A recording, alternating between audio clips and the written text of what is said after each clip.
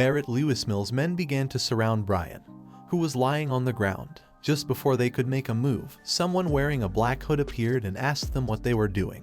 Upon hearing this person's voice, Barrett's expression changed drastically. He became alert and couldn't help but start sweating. With a confused look, he started looking ahead and wondered what was happening. This person was none other than Cyan, who was standing on a vertical wall thanks to using the power of shadows. While Cyan's feet were emanating a powerful and malevolent energy, he clenched one fist and unsheathed the Karam sword with the other. He began looking towards the ground and soon realized that the bastard attacking Brian was Barrett Lewismill. Brian, who had a bruise on his eye and cheek, started bleeding from his nose. Upon hearing Cyan's voice, with the little strength he had left, he began to look to one side and was somewhat surprised to see that he had come to rescue him. Cyan remained calm, avoiding direct contact with Brian, and upon seeing the absurd state in which he found him, it didn't take long for him to realize that his vocal cords had also been damaged by the beating. Barrett Lewismill turned his body backwards, clenched the fists of both hands, and began to stare fixedly at Cyan.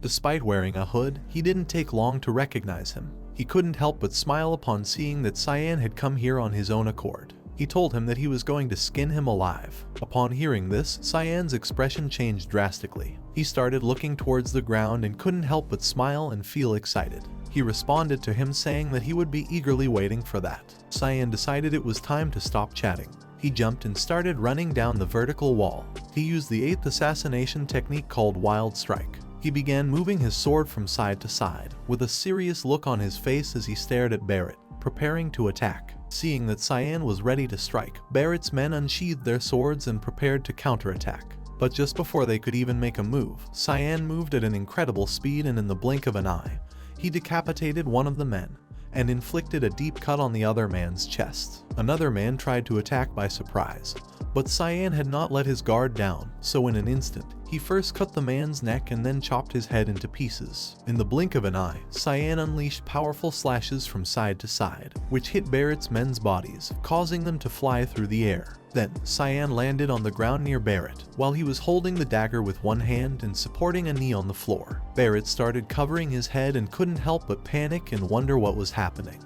Barrett put his arms in front of his face, and upon seeing that Cyan had defeated his mercenaries in an instant, he was left speechless, started sweating, and thought that there really was no way he could defeat someone like Cyan. This moment reminded him of when Cyan had previously created the large sphere of darkness, which had been so big and powerful that even the princess was shocked. Cyan landed on the ground, moved the sword to one side, extended his hand towards him, and while his eyes were shining, he began to look at Barrett and smile. Seeing this, Barrett couldn't help but wonder what kind of monster he was. Barrett wasn't going to let himself be intimidated in this way, so he activated his mana, and his hand started emitting a powerful orange mana. He gained momentum and quickly approached Cyan with a determined look on his face, deciding to kill him. Just before Barrett could finish his sentence, Cyan approached him and gave him a strong kick to the chest. As a result, he opened his mouth and began screaming in agony. Cyan had attacked his lungs, causing him to stop using mana, and slowly the mana that was around his hand started to disappear. After delivering the blow, Cyan landed on the ground, and Barrett's body shot backwards. He started rolling down the alleyway and crashed into the wall. Several seconds later, Barrett sat down, leaned his back against the wall, placed both hands on the ground,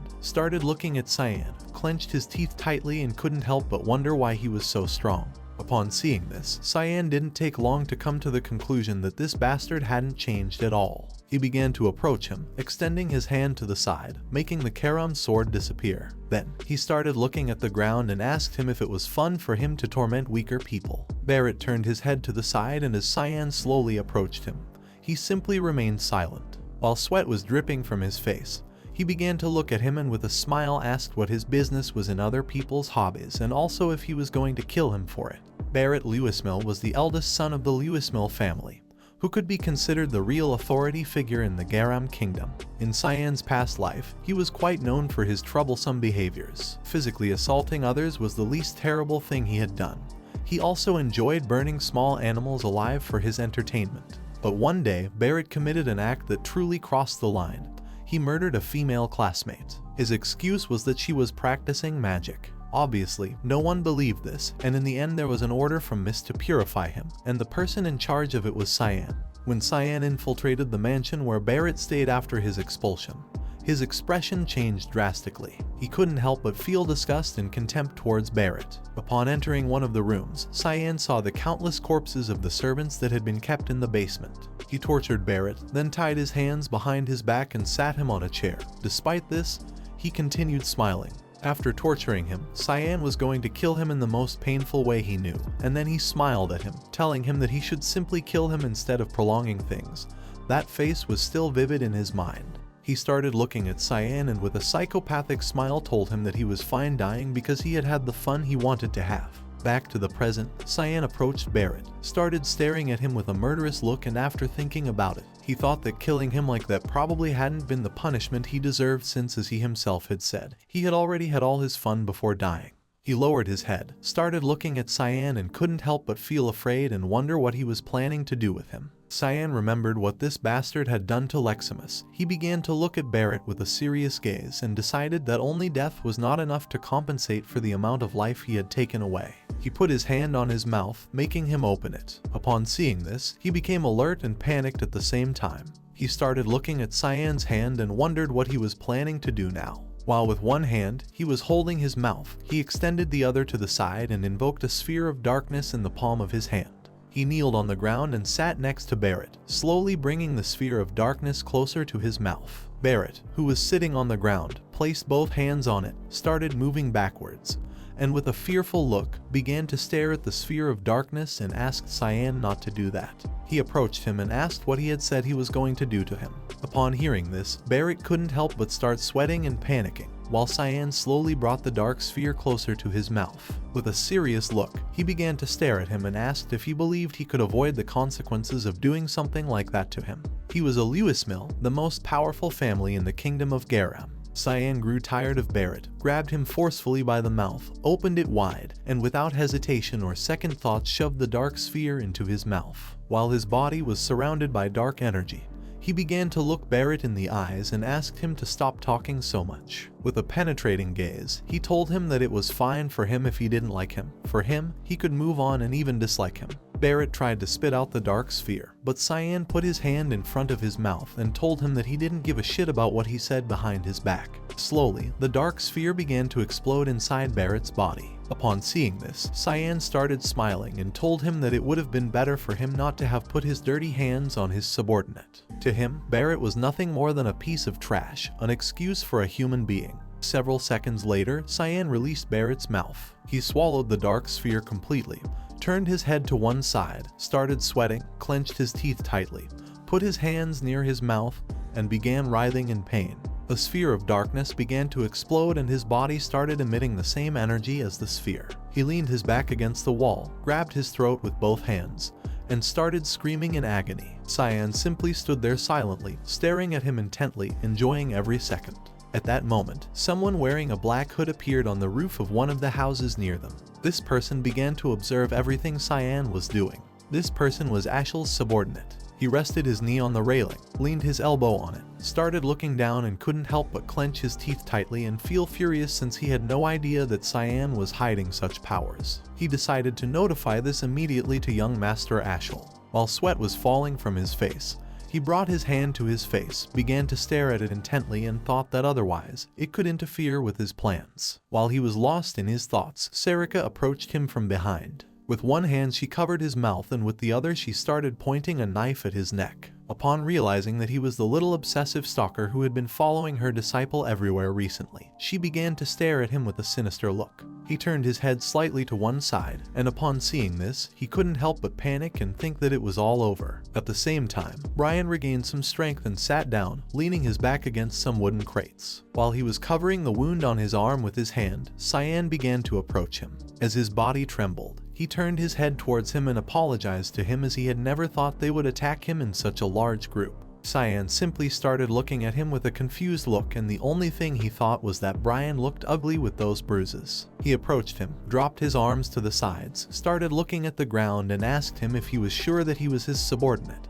and also asked why he had gotten into a fight where he was going to lose. While Brian was covering the wound on his arm with his hand, he lowered his head and stayed thinking about what to answer. Upon seeing this, Cyan asked if this was the loyalty he had sworn to him. After saying this, he sat on the ground, rested one hand on his knee, and brought his other fist close to his face. Then, he started looking at Brian and with a smile asked why he hadn't simply tried to escape. He more or less understood what Brian wanted to do, so he asked him if he was stupid. He continued looking at Brian and with a serious look explained that he didn't need a loyal subordinate who would end up dead. He asked him not to do stupid things as it annoyed him. After saying this, he stood up and explained to him that they were still going to have a little chat when they returned. Brian, who was holding his arm wound with his hand, started looking at the ground and apologized to him. Cyan turned his back on him, sighed, closed his eyes and asked Master Hall Saka to show herself. Upon hearing this, she asked him if he had noticed their presence. The reality was that there were many members of Mist standing vertically on the walls. He started looking to one side and asked her how could one not notice when she had brought all the members of the hall with her. Several seconds later, Saka, who had captured the man who was watching Cyan, landed on the ground in front of him and explained that she had brought a gift for him. She tied the man's hands behind his back and threw him to the ground near Cyan. Upon seeing this, the man closed his eyes, clenched his teeth tightly, and once again thought that it was over. Cyan simply stood still and asked her if this was the guy who had been following him lately. She leaned against the wall, started looking at him, and couldn't help but be somewhat surprised. She asked him if he already knew about this. He relaxed his shoulders, closed his eyes, and replied to her that yes, he already knew about it. Saka crossed her arms, closed her eyes, sighed, and had no choice but to admit that he was talented. He had powers that surpassed those of a Mist assassin. He had intelligence that allowed him to negotiate fairly with the Dean. He had mental strength that allowed him to handle the demonic sword perfectly. For her, he was the ideal candidate to be a successful successor. She opened her eyes, and with a serious look, she explained to him that this kind of thing couldn't continue happening because more people would find him suspicious. He asked her not to worry because he was going to be careful. After saying this, he started staring at Saka with a penetrating gaze and explained that nevertheless, he had no intention of living like an idiot taking shit from others. If anyone laid a hand on his people like that, he would destroy them no matter what. Upon hearing this, she closed her eyes and with a smile, responded to him that she understood. She thought it was good that he protected his own people. She turned her back on him, placed one hand on her waist, started saying goodbye to him with the other hand, closed her eyes and was certain that he would take care of it. So she decided to leave now. Cyan began to look at her with a confused look and thought that this was unexpected. She turned her body to the side, and with a serious gaze, she started pointing at the man and asked him not to forget about him, as she was going to take care of Barrett and his henchmen. Upon hearing this, he turned his body to the side, began looking at the man, and responded to her with an okay. Ashel's subordinate started sweating, turned his head towards Cyan, clenched his teeth tightly, and asked what he was going to do with him and if he was going to kill him. Cyan began to smile and with a murderous look, he told him that killing him would be too easy. Upon hearing this, he felt somewhat relieved. He started looking at Cyan and with a smile, asked him not to think about interrogating him because he wasn't going to say a single word. Just before he could finish speaking, Cyan began pointing at him and asked if he wasn't the #1 subordinate of Ashel. Upon hearing this, he couldn't help but feel somewhat surprised and confused at the same time since he didn't know how Cyan knew this. He couldn't forget that he never strayed from Ashel's side. This guy used to feel jealous of Cyan's relationship with Ashel in his past life. He began to look at the man with a disappointing gaze and thought that he was dangerous, but in another sense. He reached out his hand to the side and although at first he decided to kill him, later he decided not to do it. He extended his hand towards him and it started emitting a dark energy. Upon seeing this, the man closed his eyes, clenched his teeth tightly, and prepared himself to receive the attack. Although Cyan wanted to kill him, he couldn't do it since this guy was Ashel's subordinate. Slowly, his hand began to emit a dark energy. He started looking at him and with a smile, he thought that he could be quite useful for his plans. He pointed his finger at the man and the dark energy started moving towards him. The man turned his head to the side and upon seeing this, he panicked. He started sweating and asked him to stay away from him. Cyan began to look at the man with a murderous gaze, extended his hand towards him, and with a smile used the creation technique called shadow personality. By doing this, dark energy started to enter the man's body through his mouth and eyes, causing him to twist in pain. Several seconds later, the dark energy began to leave his body through his mouth and eyes, and he started screaming in agony. This is the end of the video. If you guys want to see the next part, then don't forget to subscribe and like the video.